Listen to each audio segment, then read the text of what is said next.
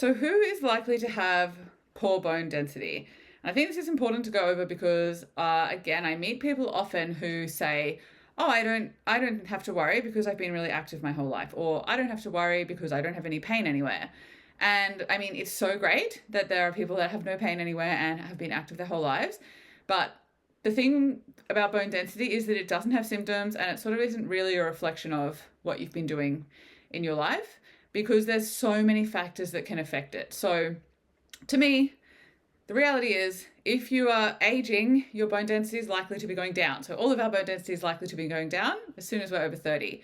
So you build most of your bone density before you're 20, which is why it's really important if you have kids or grandkids, you want to get them to be doing heaps of change of direction, jumping, running around as much as possible, and eating lots of calcium because that's when they're really building up those skeletons. We can kind of keep building our bone density until we're about 30, and then it seems that from that point, you're just trying to hang on to it. So the biggest risk factor for having low bone density is simply age, because if it is steadily going down and you've reached 90 years of age, for example, it's likely that you're going to kind of drop below that threshold that's considered low bone density relative to a 30-year-old, which is, as I've mentioned before, how they diagnose these conditions. So if you're thinking, I wonder if I'm at risk of low bone density, there is the Royal Australian College of GPs have a great amount of resources on their website that go through it. But risk factors are, number one, age. So if you're over 70, then if you are over 60 as a male or just over 50 for a woman and you have any of the following risk factors to consider. So if you have family history of anyone having had a minimal trauma fracture, so that's a fracture from something where you wouldn't expect a break to have occurred, like falling from standing height or from sneezing and fracturing a rib, things like that. If you have a high alcohol intake, so more than 2 to 4 standard drinks for a man, less than that for a woman.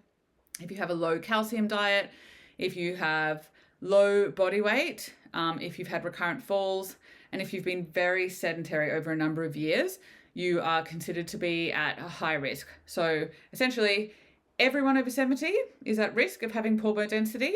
Men over 60 and women over 50 are at risk if they have one of these lifestyle-related risk factors, which, let's be honest, are pretty common, especially if you consider like dieting, etc.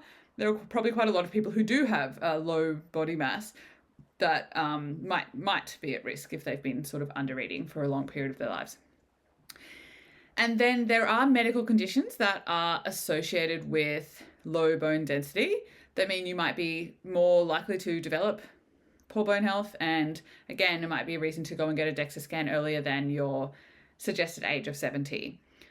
So if you have any endocrine disorder, so like Cushing syndrome, hyperparathyroidism or hyperthyroidism, any inflammatory conditions like any inflammatory arthritis types, so rheumatoid arthritis, for example, if you have nutrient malabsorption like celiac disease, if you've had an organ or bone marrow transplant, if you've got some chronic diseases like kidney or liver disease, and a lot of drugs can put you at risk as well. So anti-epileptic drugs, anti-estrogen drugs, anti-androgen drugs, corticosteroids, and even SSRIs. So a common one is if you're having, say, anti-estrogen treatment for breast cancer.